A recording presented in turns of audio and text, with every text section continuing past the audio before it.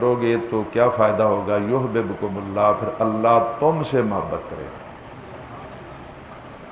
یعنی حضور کی سنت پر عمل کرنا، سرکار کی اتباع کرنا، پیارے آقا کے طریقہ کو اپنانا، یہ اللہ کا محبوب بندہ بننے کا کلیہ قاعدہ قرآن مجید نے عطا فرمایا۔ وَيَغْفِرْ لَكُمْ ذُنُوبَكُمْ، اور تمہارے گناہ بخش دے گا، اور اللہ تعالیٰ بخشنے والا مہربان ہے۔ اس کا مطلب کہ اللہ کا قرب خاص پانے کے لیے اور رب ذوالجلال کا پیارا بننے کے لیے محبوب کریم کی اتباع پر پوری توجہ کرو، اور سرکار کے طریقے ڈھونڈ ڈھونڈ کر ان پر عمل پیرا ہونا شروع کر دو، اللہ کے پیارے بن جاؤ گے۔ اس آیا میں یہ مضمون دیا گیا۔ اس سے آگے مسلسل بہت سی آیات میں ایک ذکر کیا جا رہا ہے حضرت مریم جو والدہ ماجدہ ہے سیدنا عیسیٰ کی علیہ السلام، ان کی ولادت کا، اور اس کے بعد جناب حضرت عیسیٰ کی ولادت کا، اور پھر عیسیٰ کے معجزات اور شانوں کا ذکر کیا جاتا ہے، جس کا ہم مختصر خلاصہ پیش کرتے ہیں۔ چنانچہ آیا نمبر 34 جو ہے وہ 35 میں ہے کہ جب کہا عمران کی بیوی نے، اذ قالت امرأۃ عمران رب انی نذرت لک ما فی بطنی محررا فتقبل منی انک انت السمیع العلیم۔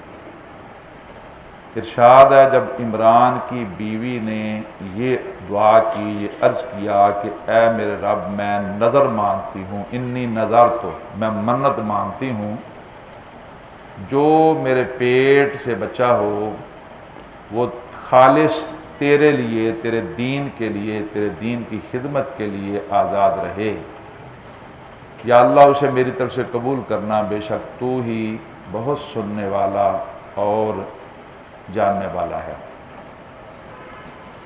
تو عمران کون ہے؟ ایک تو حضرت موسیٰ کے والد عمران ہیں، وہ اور ہیں، اور یہ عمران بنی اسرائیل سے ہی ہیں، لیکن حضرت عیسیٰ کے نانا ہیں، اور اس عمران اور ان کے درمیان 1000 سال کا تقریباً وقفہ ہے۔ امت کے قوم کے نیک آدمی تھے، بڑے عالم تھے، اور تورات کے ماہر تھے اور خدمت کرنے والے تھے، اس زمانے کے علماء کے استاد تھے، لیکن اولاد نہیں تھی۔ ان کی بیوی کا نام تھا حنہ۔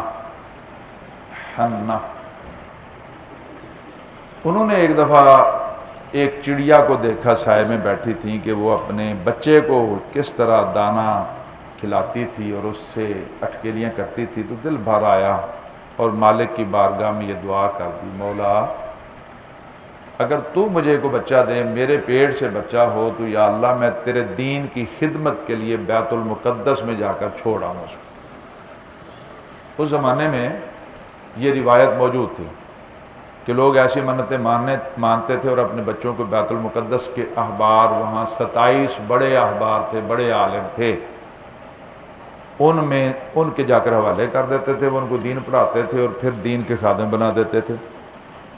دین کے لیے اپنی اولادوں کو وہ لوگ وقف کرتے تھے۔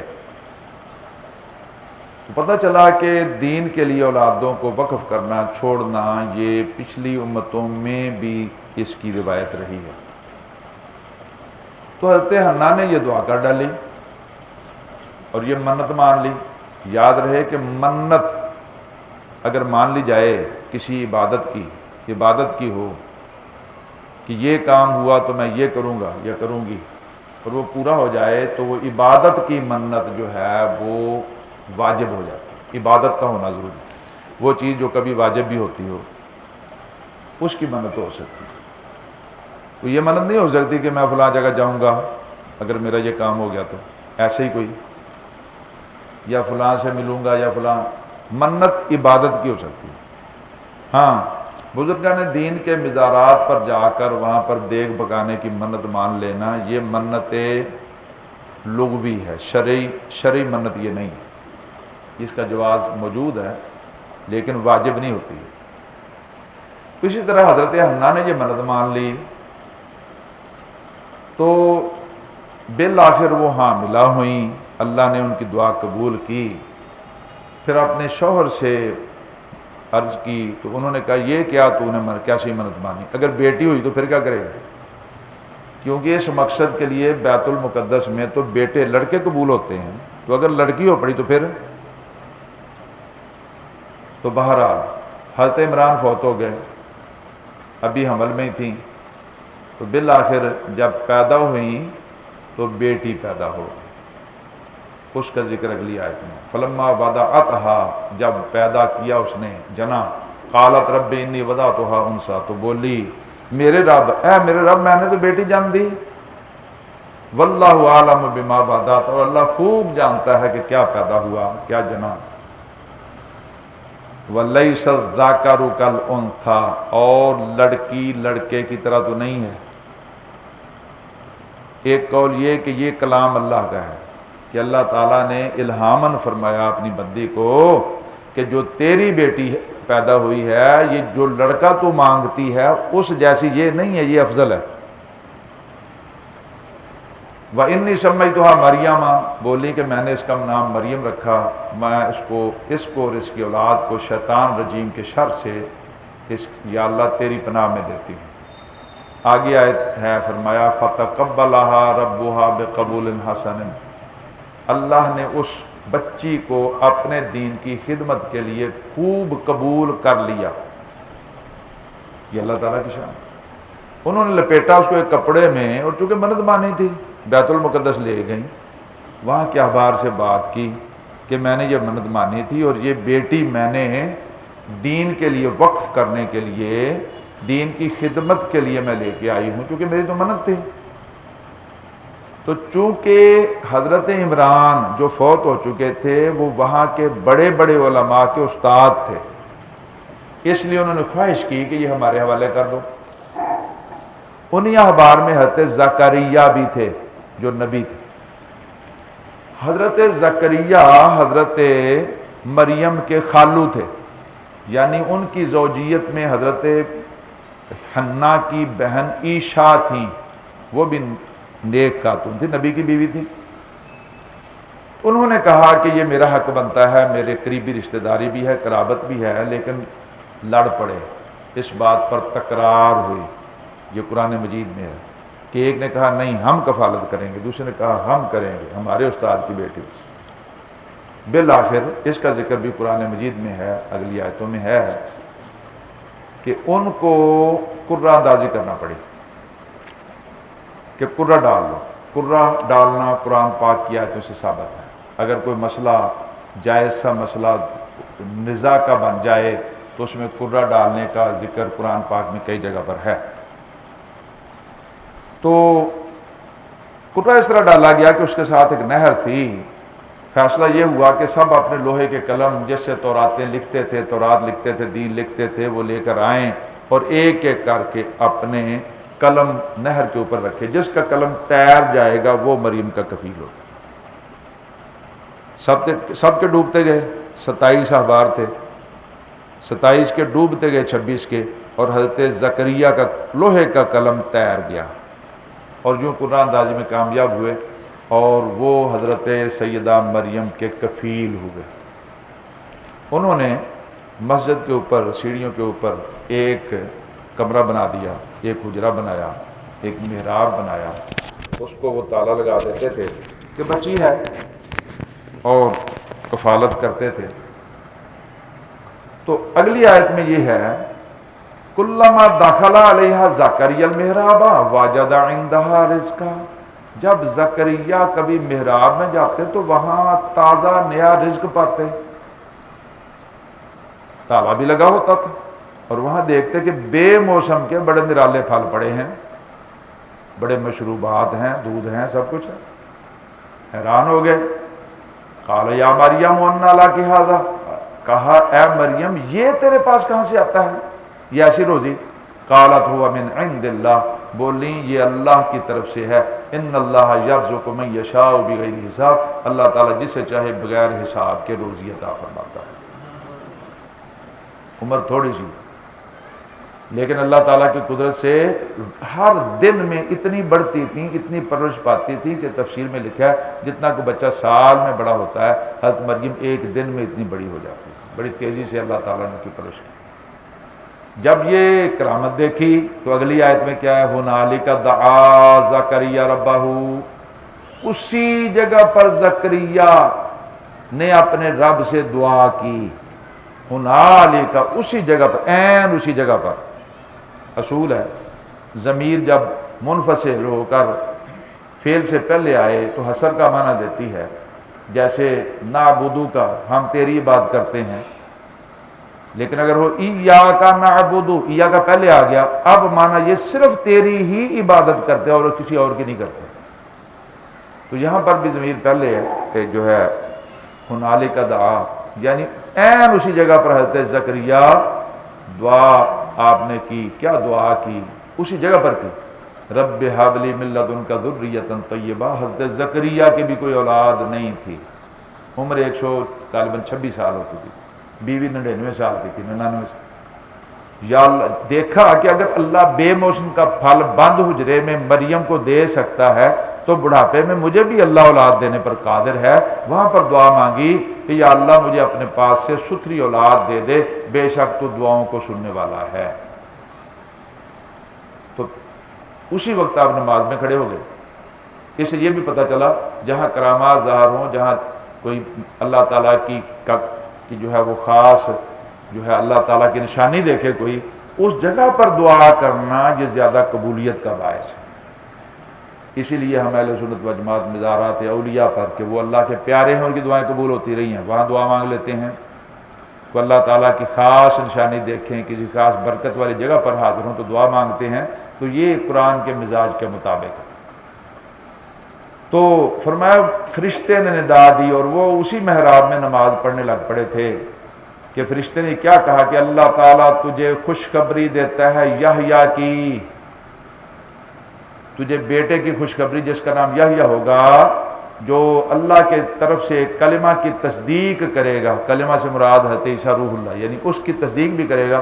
وَسَيِّدًا وَحَصُورًا وَنَبِيًّا مِّنَ الصَّالِحِينَ، اور سردار ہوگا اور عورتوں سے بچنے والا ہوگا، اور وہ پاکوں میں سے ایک نبی ہوگا۔ حضرت زکریا بڑے خوش ہوئے کہ میری دعا قبول ہو۔ تو عرض کی اے میرے رب، مجھے جو ہے وہ لڑکا کہاں سے ملے گا کہ مجھے تو بڑا بڑھاپا پہنچ گیا ہے اور میری بیوی بھی بانجھ۔ آواز آئی قال کذالک اللہ یفعل ما یشاء، اللہ یوں ہی کرتا ہے جیسے چاہے، یہ اللہ کی چاہت ہے۔ عرض کی مولا میرے لیے کوئی نشانی کر دے کہ میں خوشی اور رب شکر کروں۔ نشانی یہ مقرر کی گئی کہ تو 3 دن کسی سے کلام نہیں کر سکے گا مگر اشارے سے، اور اپنے رب کی زیادہ تسبیح کر، اور صبح شام اس کی تسبیح بیان کر، اپنے رب کو زیادہ یاد کر، رب کا ذکر کر۔ تو 3 شب و روز حضرت زکریا اللہ کی تسبیح کر سکتے تھے اور کوئی بات منہ سے نکلتی نہیں تھی، یہ نشانی تھی۔ تو اللہ تعالیٰ نے فرمایا اذ قالت الملائکہ، تو جب فرشتوں نے کہا اے مریم بے شک اللہ تعالیٰ نے تجھے چن لیا اور خوب ستھرا کیا اور تجھے سارے جہان کی عورتوں سے پسند کیا۔ حضرت مریم اپنے زمانے کی سب عورتوں سے افضل تھیں، مجموعی طور پر اولین و آخرین عورتوں کی سردار سیدہ خاتون جنت فاطمہ ہیں رضی اللہ تعالیٰ۔ اپنے زمانے کی عورتوں میں حضرت مریم کو اللہ تعالیٰ نے سب پر فضیلت دی۔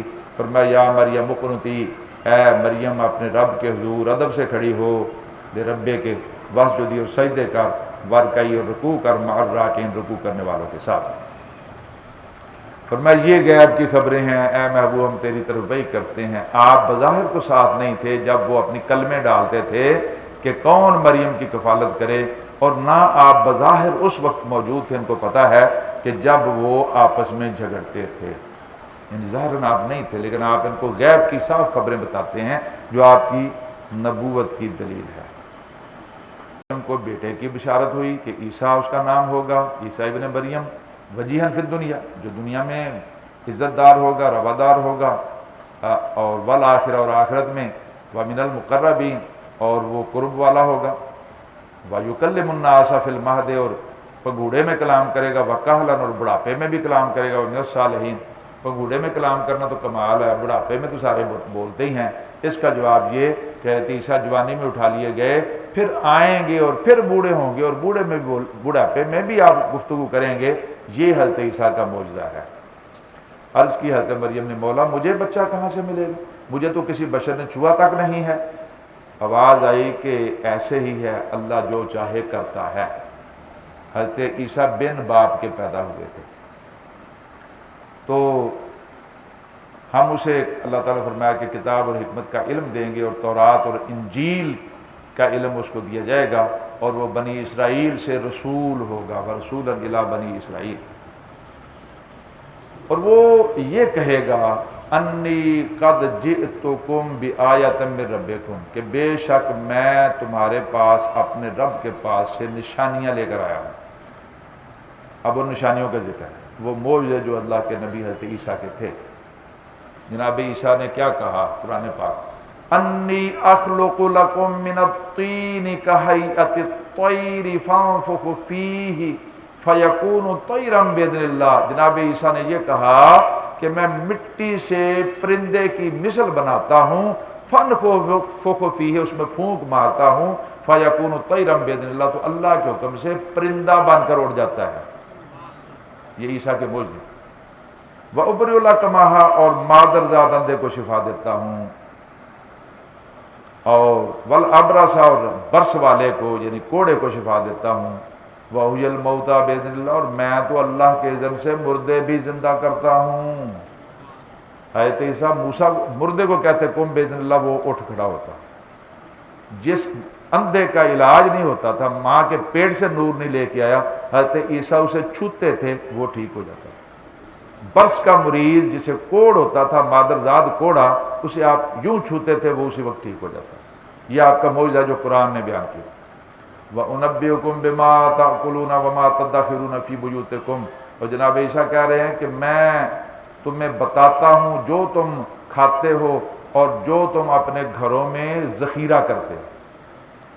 پیٹ میں جو کچھ ہے، حضرت عیسیٰ بتاتے تھے کیا کھا کے آئے۔ یہ غیب ہے کہ نہیں؟ غیب ہے نا؟ تو اللہ کے نبی عیسیٰ دیکھو غیب بتا رہے ہیں۔ اور گھروں میں جو ذخیرہ چھپاتا ہے بندہ، وہ کتنا غیب ہوتا ہے، کس قدر رازداری سے رکھا جاتا ہے خزانہ۔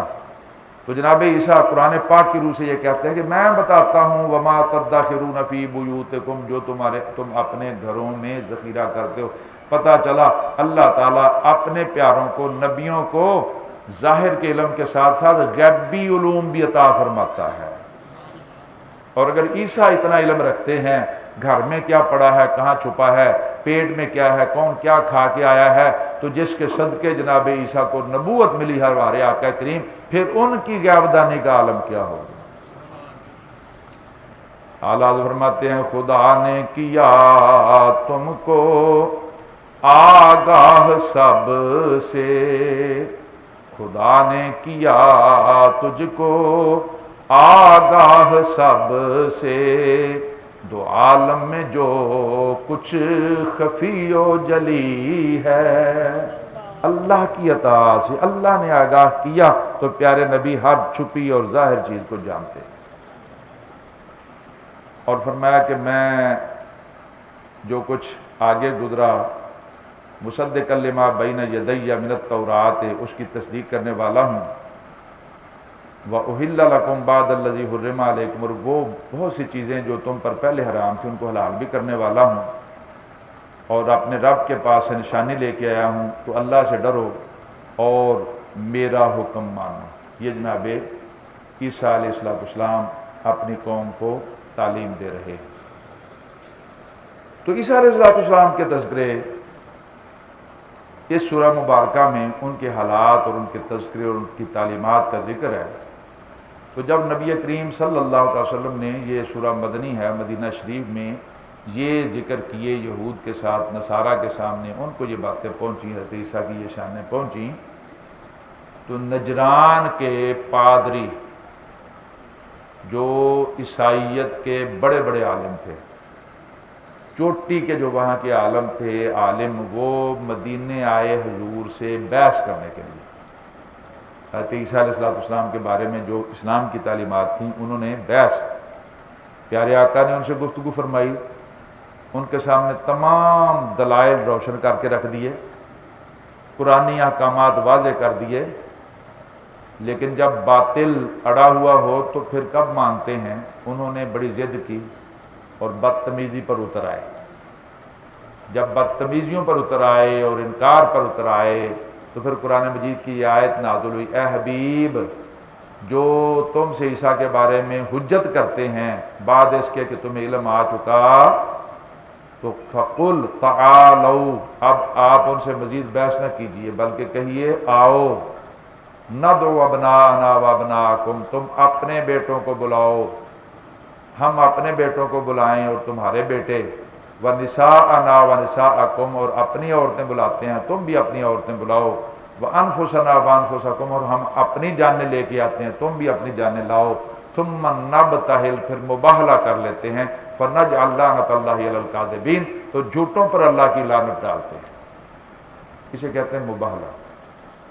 جب کچھ جھوٹا بندہ ضد پر اتر آئے تو پھر آخری حل مباہلہ، اس کا ذکر کیا گیا، اور انہوں نے مانا ٹھیک ہے، وقت مقرر ہوا کہ ہم بھی اپنی عورتیں لاتے ہیں، اپنے بیٹے لاتے ہیں، خود بھی آتے ہیں، ہم تمہارے خلاف بد دعا کریں گے تم ہمارے خلاف کرنا، جھوٹوں پر اللہ کی لعنت بھیجنا، جو جھوٹا ہوگا خود ہی تباہ ہو جائے گا۔ فرمایا ٹھیک۔ جو وقت تھا مقرر، سرکار نے سیدہ خاتون جنت کو بلایا، حضرت مولا علی کو بلایا، حسن و حسین کو بلایا، اور اس شان سے نکلے حضور کہ پیچھے سیدہ خاتون جنت ہیں، دائیں حضرت علی مرتضیٰ ہیں، بائیں حسن و حسین ہیں، اور یہ 5 تن پاک کا قافلہ روانہ ہوا۔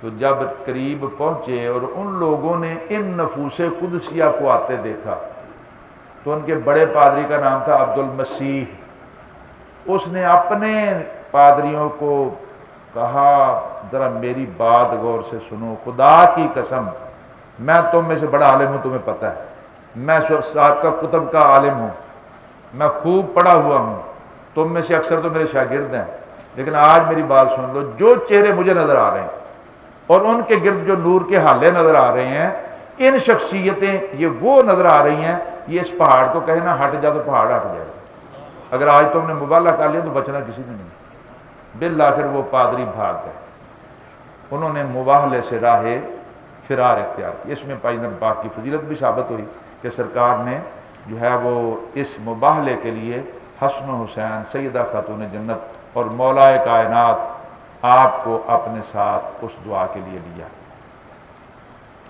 تو اس کا تفصیلی ذکر بھی ان آیات بینات۔ پھر چوتھا پارہ شروع ہوا تو وہاں شروع کی آیت میں ارشاد ربانی ہے کہ تم نیکی کو، اصل بھلائی تک پہنچ نہیں سکتے جب تک اپنے دل پسند چیز اللہ کی راہ میں خرچ نہیں کرتے، اور جو تم خرچ کرتے ہو تو بے شک اللہ تعالیٰ جانتا ہے۔ پتہ چلا صدقہ کرنا، خیرات کرنا، غرباء کی مدد کرنا، اس میں اچھی چیز دینا، یہ اللہ تعالیٰ کی اللہ تعالیٰ سے زیادہ پیار حاصل کرنا اور رب کا قرب حاصل کرنے کا ذریعہ بنتی ہے، نہ کہ ردیشہ بھی دے دیں اس کے کام آئے تو ثواب تو ملے گا، لیکن اگر اچھی چیز دیں گے تو اس کا درجہ اس سے اصل نیکی اور بڑی نیکی جو ہے انشاءاللہ تعالیٰ اس سے ملے گی۔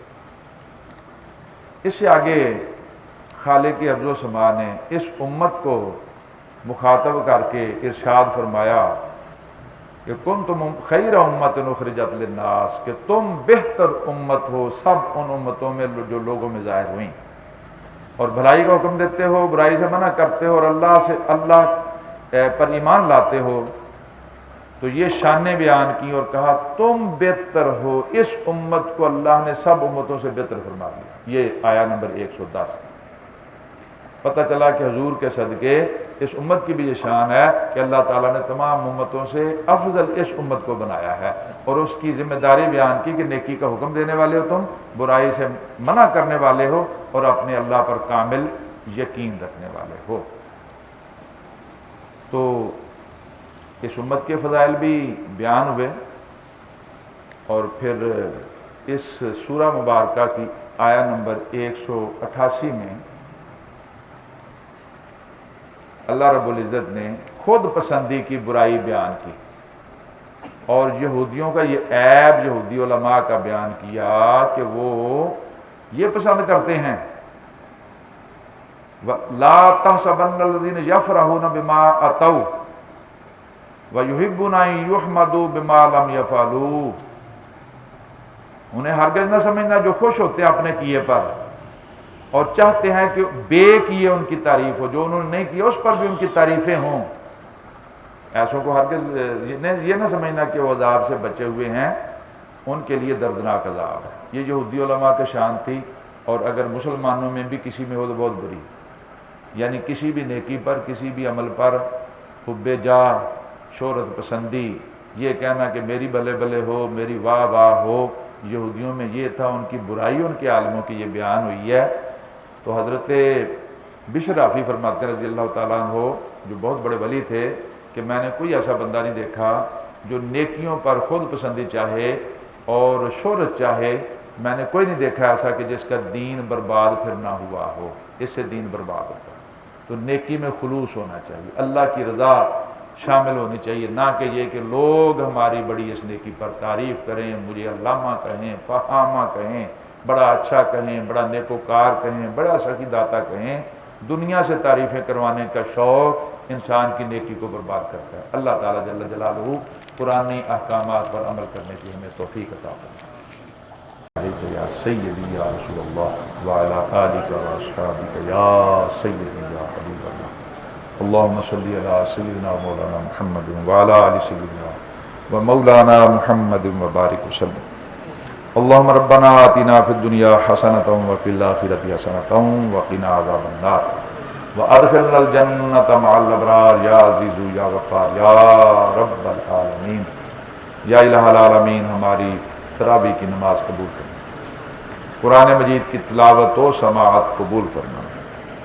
یا الہ العالمین جو مضامین ہم نے بیان کیے، کوئی غلطی خطا ہوئی تو معاف کرنا، اور قرآن مجید کے احکامات، قرآن پاک کی تعلیمات پر عمل پیرا رہنے کی توفیق عطا فرما. یا اللہ ہمیں قرآن پاک پڑھنے کی توفیق عطا فرما، سمجھنے کی توفیق عطا فرما، عمل کرنے کی توفیق عطا فرما. یا اللہ یہ پیارا مہینہ ماہ رمضان تو نے اپنے کرم سے ہمیں نصیب کیا. یا اللہ اس برکت والے مہینے کے صدقے ہماری مغفرت فرما، ہمارے والدین کی مغفرت فرما، ہمارے اساتذہ کی مغفرت فرما. یا اللہ جتنے مومنین مومنات دنیا سے جا چکے سب کی مغفرت فرمانا، اور ہمیں خاتمہ بالخیر بالایمان عطا فرمانا. یا اللہ سب کے گھروں میں، مال میں، جان میں، عزت میں، آبرو میں، علم و عمل میں خیر برکت عطا فرما. اس پیارے مہینے کے بقیہ حصے کو ہمارے لیے زیادہ خیر والا بنا، زیادہ نیکی والا بنا، اور ان مقدس لمحات کی قدر کرنے، عزت کرنے، تعظیم کرنے کی توفیق عطا فرما. ہر اس بات سے بچانا جو اس ماہ مقدس کے ادب کے منافی ہو. حسبنا اللہ و نعم الوکیل، نعم المولا و نعم النصیر. صلی اللہ تعالی علی حبیبہ سیدنا محمد و علی آلہ و اصحابہ اجمعین.